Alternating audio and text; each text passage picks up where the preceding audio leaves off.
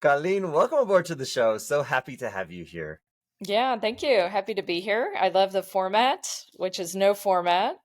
So that and having fun, just seeing where this goes, that speaks to me. I don't mention this a lot, but we actually have no prepared questions and you have no prepared answers. This is Yeah, completely unscripted. This is true. conversation. Yeah. So I did learn one thing about you, and I wanted to ask you. You were nicknamed Miss Independent.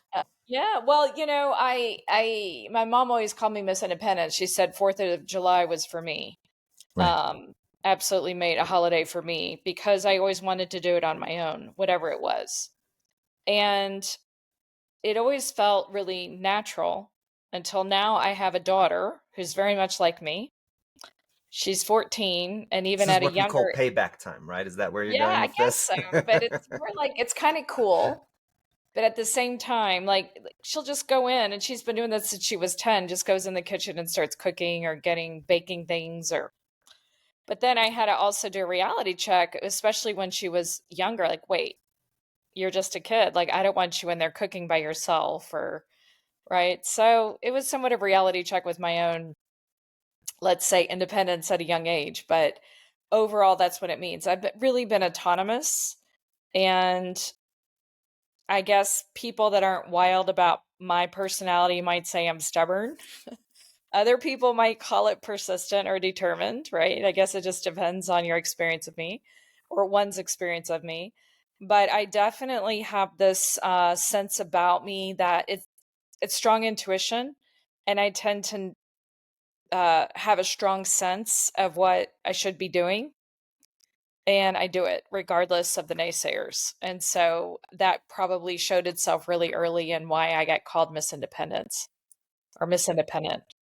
Yeah. And when you think about your daughter, there's these conflicting feelings. On this one hand, there's safety and risk. On the other hand, I'm assuming this is something that you want for her.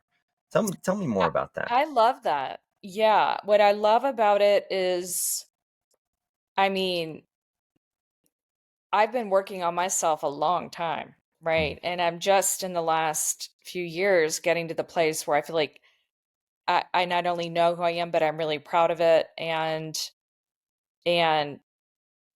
I mean, I'm still putting the final touches on caring what other people think, or not Mm. caring, right? Mm.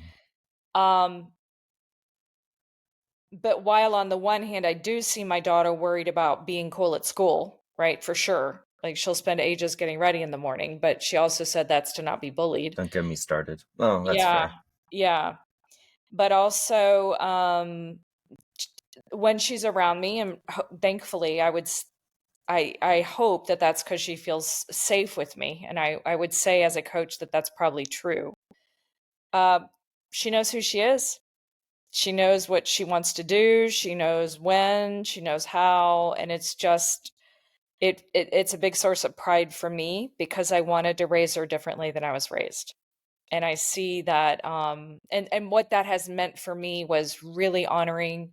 I have two daughters, right? So honoring what each of them is about, whatever that is, like what they're here on this earth to do, that I just pave the way for them to do it. Yeah, And so so I so you're see that. touching a Yeah. painful point. I'm a father. I have three kids. On the one hand, you kind of want to guide them, you want to put them on the road. But I'm coming to this point in my personal journey, and this is very real, like happening right now, where I'm like, well, I don't want to like force them to do X, Y, Z. I want them to just start making good choices because I've got like, 6 to 8 years until they, potentially leave the nest if I'm lucky. And I want to make it all about the choices. So when you say, you know, them be their selves, right? How do you even Mhm. do that? What's Mhm. the tools, techniques? What's the balance? How do you even think about it? Yeah, it's a great question. Well, as you know, as any parent knows, there's no hard and fast rule for any of this stuff, right? We Yeah. know that. Um, but probably a good example of that would be with my younger daughter, who, as compared with my oldest, has a harder time in traditional school, right, with the traditional subjects. However, you ask her to write a song, sew an outfit, sculpt some beautiful object, etc.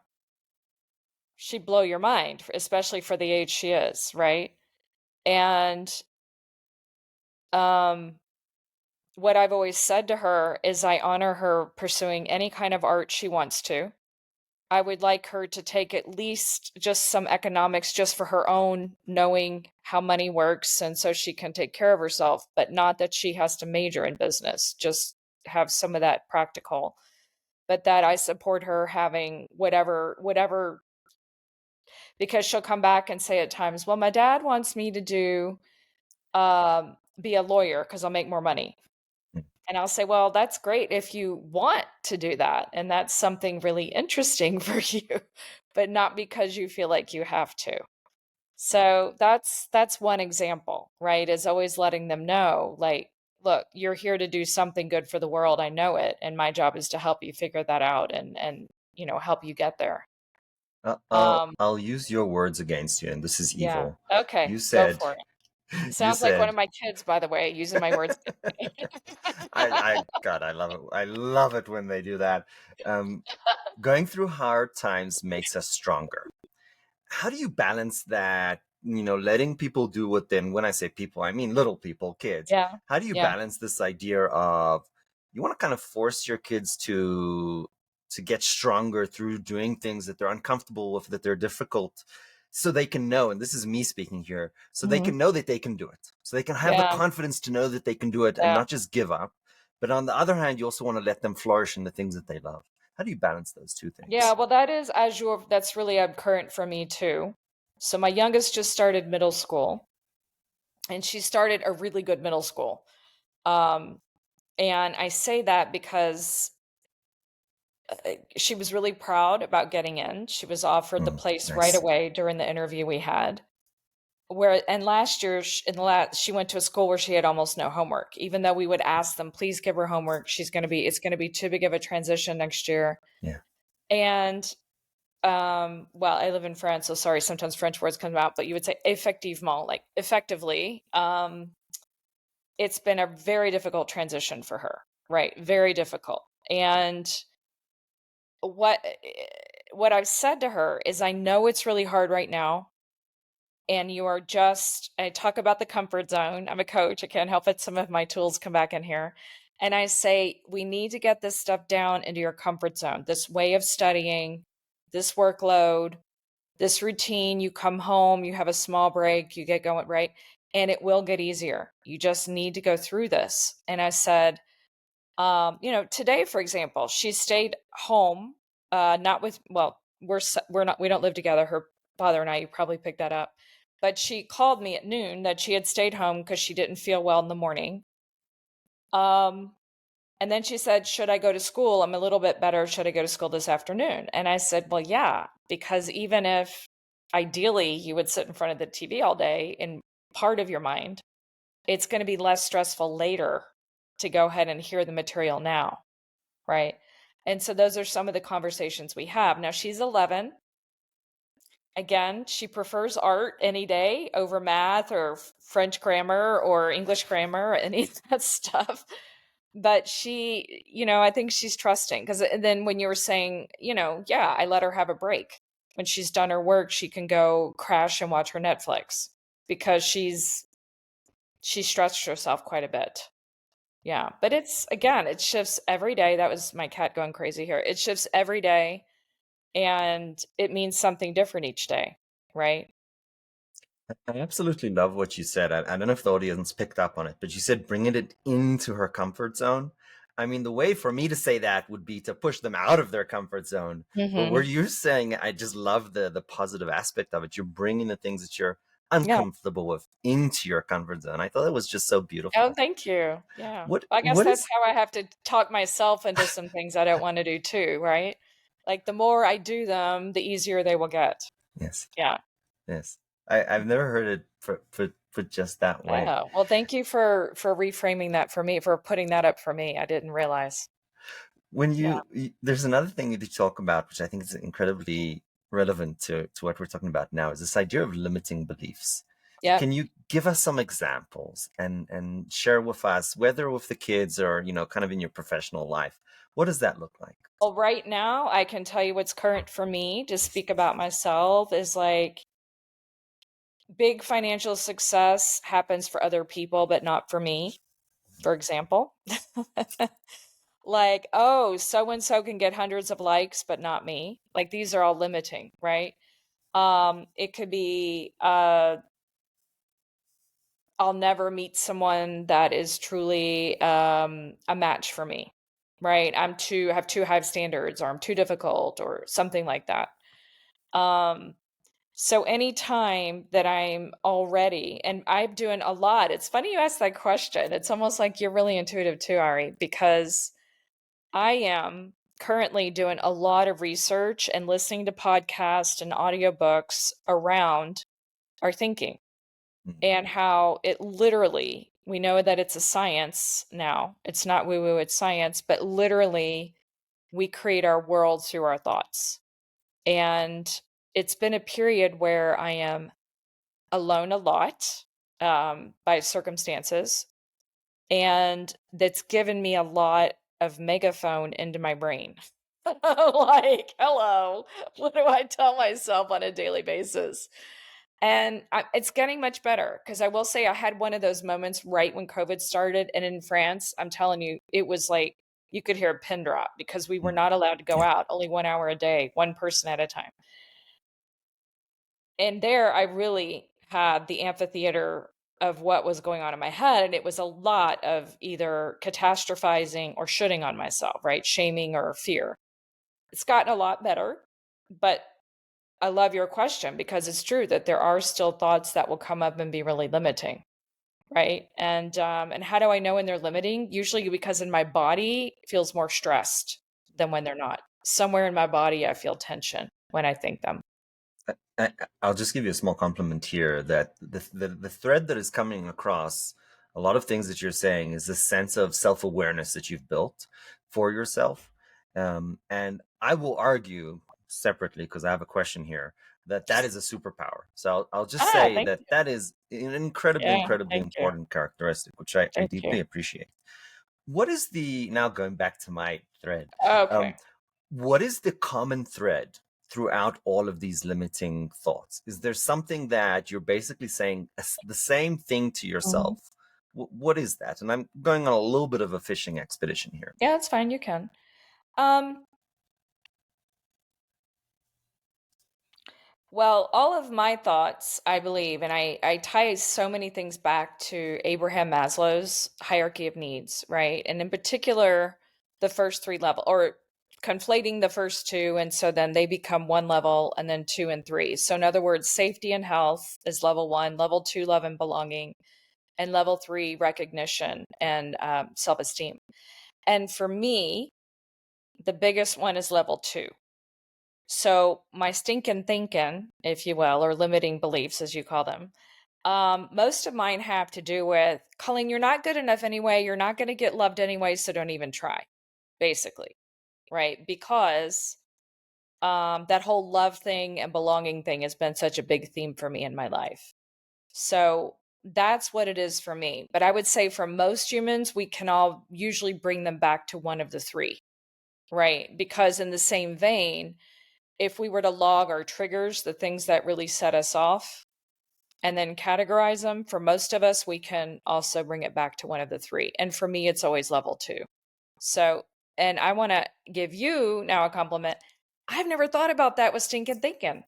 It's just as you asked me that I was like, oh, actually, hello, I am, you know, I want love and belonging, but yet I'm the first one to take myself away from it, basically. You know, there's this, we talked about how this podcast is the art of going down the rabbit hole. We never know where we're going to go. And I think that's what makes it exciting. Um, I think that's absolutely delightful. I mean, one of the, as you're speaking, one of the insights that I had about myself and people that I've heard similar stuff from is that we often conflate the levels, right? So we're thinking about, you know, maybe our job, or, you know, maybe something that we really want to do, our dream, but we feel for some reason like we're physically in danger. And why that happens is such a mystery to me. But what I tell people a lot is what's the worst that can happen? They say no. right? Are you in danger? Did you lose your house? Did you lose your job? Like, are you now somehow damaged financially, physically? Like, no, your ego got bruised. Like, that's not the end of the world. So that concept that you kind of describe of the Maslow levels, I absolutely love that. So we talked about, and this is going to be different for everyone, and I think everybody can kind of take a moment and think through their own limiting beliefs. What are the tools and techniques or approaches to overcome your limiting beliefs?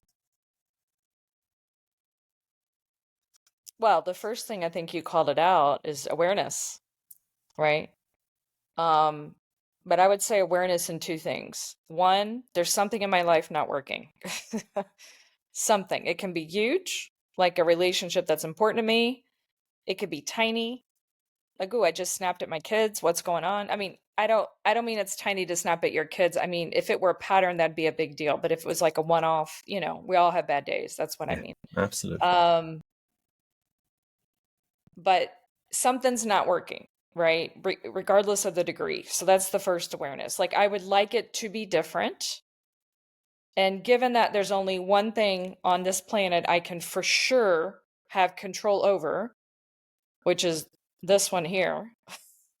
And sometimes not even that, I gotta say, but Okay, so what can I do to shift it, right? And then I go in, and there's a number of things I can recommend if we ever want to go there. Like, I read some truly life-changing book this year on that process. But learning, like I mentioned earlier, how I used to talk to myself. And we hear this everywhere, and I used to think, what a bunch of hocus pocus, even though I'm a coach, right? I really did think, but now I like really get it. If we want the love, we have to give the love to ourselves, right? And and like, what does it mean concretely? So I did need even help with that. Like, what does that mean concretely? And I've always been good. I'm an alpha woman, type A. I know how to get stuff done. I've been good at, exercising, get a massage, get my nails done, all this stuff that one could say is taking care of myself, loving myself. But the true game changer came when I learned how to speak to myself with gentleness and kindness. That rocked, that changed everything for me completely. But for that, I had to be willing to be aware. And for that, I had to get quiet and still, which was quite challenging because for a big part of my life, I've been a human doing rather than a human being. So, There, there's some incredibly important points there that you kind of, I think we need to unpack because they're really, really important. This idea of our thoughts creating our reality. What does that mean? so for example, if we go back to some of my earlier stinking thinking I mentioned, right? Like everyone else can have a hugely successful business except me, as an example. If I keep nurturing that thought, guess what? I'm not going to have a successful business, right? But if I start visualizing what is the business I want to step into, what is it, how do I want to feel, right, in that business? How do I want to feel with my financial life, etc. That's how things gradually, all of a sudden, my subconscious gets triggered to be on the lookout for people, things, right, that can get me closer to that vision. Um, and the opposite is true, as I already mentioned, right? When we have the stinking thoughts, that's what keeps us from usually what we most want. And I'll bring in some social psychology or social science in here. There's a bias called Pygmalion effect. And what Pygmalion effect basically means is what you just said, that whatever you visualize, you make it happen. Now, this is such, when I first learned about this, I was like, this is ridiculous. Like, how can my thoughts create a reality? This is clearly untrue. But, it's a social, researcher telling me this. So I'm like, okay, I need to figure this out. So a couple of years later, the following happened to me. One of my employees gets fired. And in the exit interview, I'm like, everything was going so great 6 months ago. What changed? So he tells me, well, you were going to fire me. I was like, No, like, no, not at all. Um, so it turned out that he got in his head, maybe one of the executives had a bad day and had a bad interaction with him. He got in his head that he's going to get fired, or that they're unhappy. We were unhappy with his performance. Because he got that in his head, he was like, well, okay, if they're unhappy with me, then he was more defensive at work. And then his performance kind of got worse because, like, well, I'm going to get fired, so I don't have to work so hard. So the belief, which was completely false, nobody had any issue with him, actually caused deterioration in his performance. And then we were like, hey, your performance is not doing as well as before. Like, we'd love you to get back to that. He was like, oh, here it's coming. Here's the pip, right? They're not happy with my performance. Now they're telling me. And that reinforced his belief due to his behavior, due to something that Yeah. was completely fictional. Yeah. And it got so bad, and the communication got so bad, and at that stage where he was like, fired basically, and it was kind of mutual at that stage because the relationship had broken down. I was like, oh my god, this is Pygmalion effect, and what an awful boss I am to not be able to identify this and help my employee. That's how I felt at the time anyway. Yeah, but But that's this learning. It's about learning. Oh my Yeah, God. So this is not like, oh, your thoughts manifest into reality. There's very simple exactly. feedback loops that go back and forth that create the Exactly. reality slowly, where reinforce your thoughts. And by you reinforcing your thoughts, you're reinforcing other people's thoughts. And I Yep. was like, no. And subconscious also, right? Our subconscious is also picking up on what we're telling ourselves. Just like there was his conscious, probably, and not wanting, out of respect to him, I don't intend to speak for him, but as an example, but he probably also had his subconscious going about ways that if he's telling himself, I'm not good enough, I'm messing up, what do? Then we tend to mess up, You're right? looking for it. You're looking for evidence, Yeah. right? We tell ourselves we're a star, man. We are kicking some you know what. We might be more inclined to go back and review and make sure we didn't make an error. Do you know what I mean? It just goes with it. Absolutely. When I want to have a hugely successful business, what have I done? I've hired a coach who's multi seven figure. Do you know what I mean? Like, then we look for people that help us get where we want to go. Yeah. Absolutely. I love that. So, Colleen, when you look now as a coach in your professional arena, Hmm. and you look at the people that you've helped, what is the most memorable client story of somebody kind of knocking their head in that wall and then kind of being able to overcome it and run forward? Well, I actually have two of them. I have two. Rock and roll. Yeah, rock and roll. One of them, I think he's okay if I say his first name. Xavier. He's wonderful.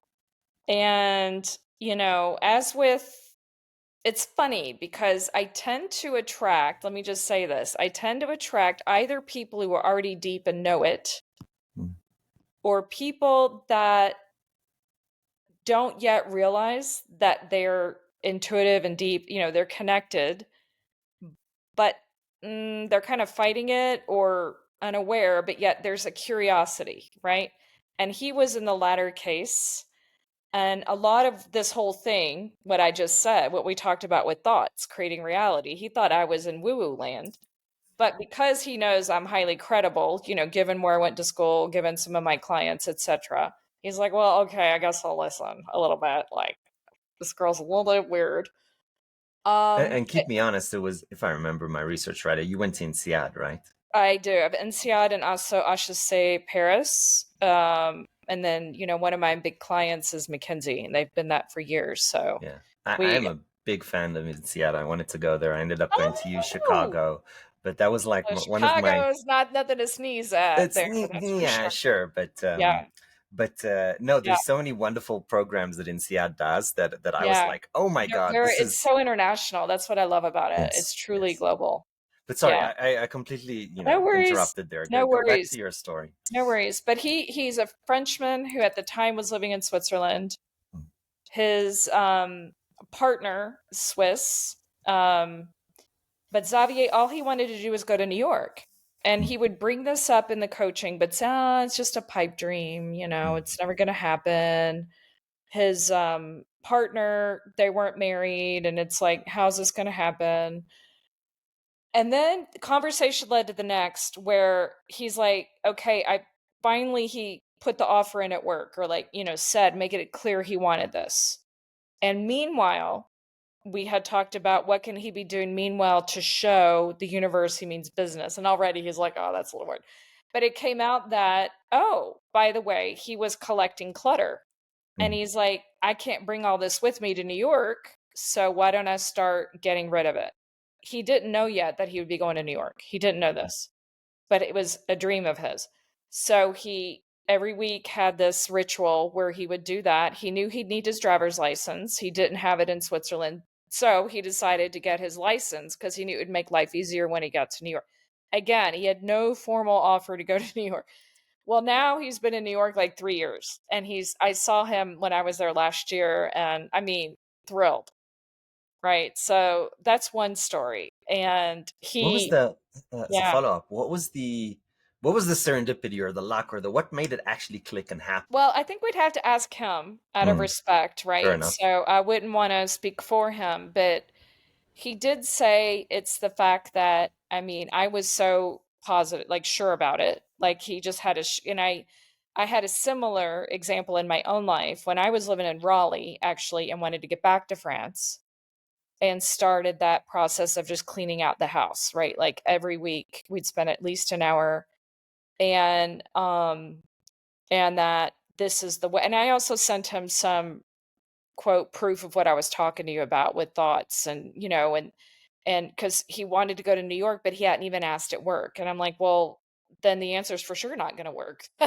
because you're not even asking.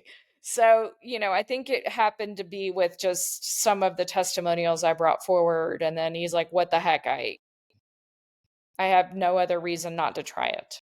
Yeah. I'm pretty sure that was it. Plus, I think he trusted me, right? I think that was the biggest piece. It's the trust building there. Another interesting thing that happens is confirmation bias basically means that you are seeking evidence or events or stuff based on something that you believe or want. So, Mm-hmm. many times confirmation bias works against us because it can lead us astray in decision making. But what's beautiful about your example is by doing that physical activity of clearing up and preparing for this trip that who knows, confirmation bias actually leads you to notice things that could help you get that objective. So it's kind of a really hack kind of positive usage of confirmation bias. I absolutely love that. Mhm. Do you want to tell the other story? Yeah, we can. We can. This is a woman now, and she's also in the second category I mentioned. Actually, highly, highly, highly intuitive. Mm. It was a big leader in a very male dominated industry, although I would argue which one is not, right? Just with respect, but it's true. And so she, like many women I do work with, wanted to suppress her intuition to be more like the men. Mm. And her initial request for coaching was literally, how can I be more impactful with them? How can I get Mm. them to see me? And so that turned into, the direction we went was actually her hearing herself because she was wanting to get their kudos for being like them. You following me? And instead, what I noticed is she wasn't giving herself kudos for being all how awesome she is, right? With her unique characteristics. So the more she started doing that, and then for me, it just was so clear her intuition was so strong because she's an engineer, very strong left brain, work with many of these wonderful people. Great. That's where the credibility for me comes in because otherwise they're like, oh, what am I getting myself into here?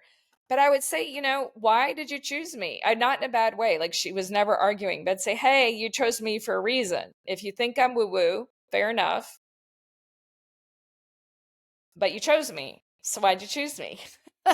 And she'd say, well, yeah, because I think you're right. I'm like, okay, oh, that's interesting. So let's talk about that. Right. And so by the end of it, the short of it, to wrap this up, she went from wanting so badly to be, or my expression, she didn't say that.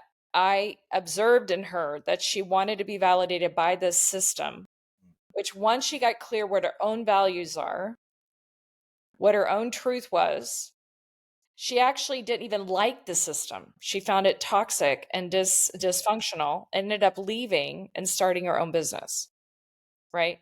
But she had and that was her dream always. She was afraid to start her own business too. But it's this whole believing in herself more, right? And turning to, they say don't worry what the competition is doing, just be a better version of yourself, essentially. And that's what she started doing. I love that. That's exactly what I told my son. If you're going to compare yourself to some arbitrary like level, that's either failure because your bar is too low, or it's failure because the bar is too high. Either Hmm. way, there's huge risks involved in that. All you have to do is just be a little better than yourself. And if you do that just a little bit every day, Exactly. Exactly. That's the and only keep, valid comparison. I absolutely love that. I mean, I am quite fearful of going into this next topic, so I'll Uh-oh. tiptoe Why? Have I into already it. shown you that my vulnerability comfort zone is huge? It might be larger than my own. Um, Well, we don't have to. I can keep it very G-rated if you want. Yeah. this this idea of women in male-dominated cultures. Oh, there we go. Yeah. On the one hand, there's examples that it would benefit to adopt a quote unquote, and maybe it's even unfair to call this a male dominated behavior, but to negotiate more aggressively for what you're worth to get that higher Hmm. salary. So on the Hmm. one hand, that is a proven thing that can help you get that higher pay. But on the other hand, and keep me honest here if you disagree with me, I think trying to be somebody else that is you're not comfortable with and you can't do well and trying to kind of suppress your own strong suits, that's also a terrible decision. So how do we balance what are the things that we want to borrow, steal versus the things Hmm. where we want to shine through our own Hmm. integrity? Yeah, I mean, I probably will only be able to get to about a thimbleful of this. First of all, because it is the debate in women leadership circles. It is the hot topic. Mm. Um, Especially given what just happened in US politics, right, a couple of weeks ago and what's been going on for months. Um, but the biggest thing that I would say, and I'm one person who works with a lot of women leaders, but I am not every women leader. I certainly do not proclaim to have, right, the expertise on everybody. But first and foremost, I think there's nothing to your point like authenticity. There is nothing like authenticity. Um, and I like to use the metaphor, probably because I'm a big yogini, but I love to use the metaphor of doing yoga, meaning we are still who we are, but we also stretch to new heights, like you just said for your son, right? Like better than you are.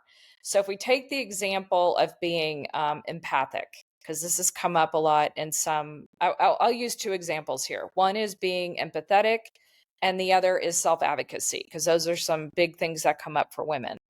Because I will hear from women often, can I be, if I'm empathetic, I won't be seen as a strong leader. And I said, well, that's absolute bollocks. I mean, look at Jacinda Ardern, right? For me, she's one of the glowing examples of a wonderful leader in the world, honestly. But that's a mistake that a lot of people make, is assuming because we're empathetic that we can also make these very strong and important decisions, right? They can go to hand in hand very easily, right? It's not because we're empathetic or in touch with our feelings that we're going to be crying on at the desk all day or something. These are sometimes, I think, some of the images people have. So it's like owning that strength of being empathetic and using it for in service to the greater good, right? Which is what a leader is supposed to do. Um, I tell you an interesting story around self advocacy because that's another hot topic, I will say. About a year and a half ago, this awesome bank, who since then has been a partner of mine, but they came to me and they said, we want you to help us co design a program for our women leaders. And it's about self advocacy. So we rolled it out and we did the first pilot was for women only. It went all like beautifully. And then that was in the fall of 23. And in 24, they said, okay, we're rolling it out now to everyone. And this time we want to be inclusive. We'll bring men into the game.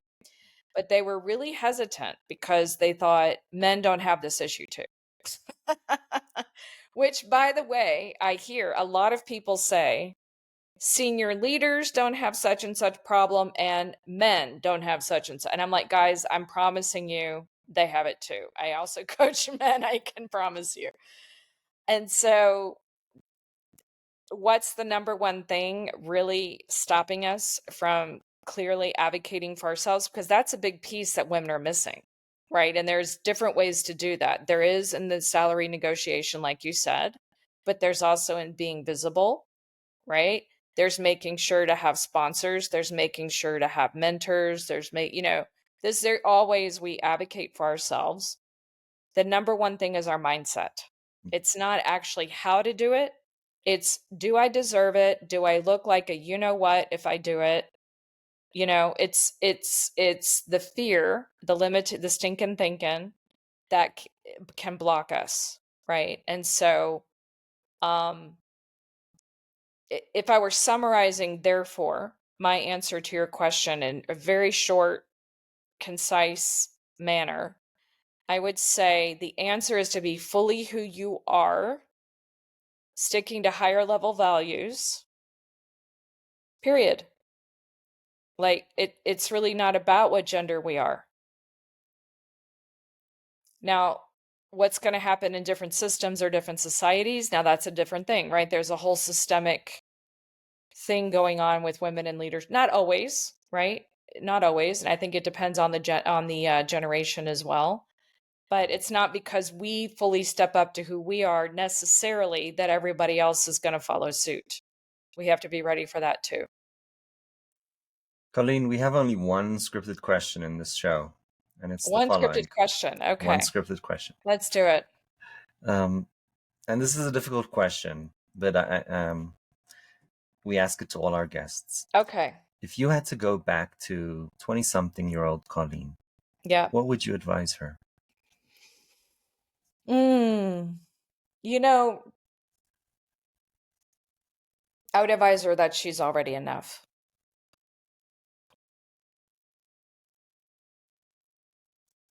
I love that. Hmm.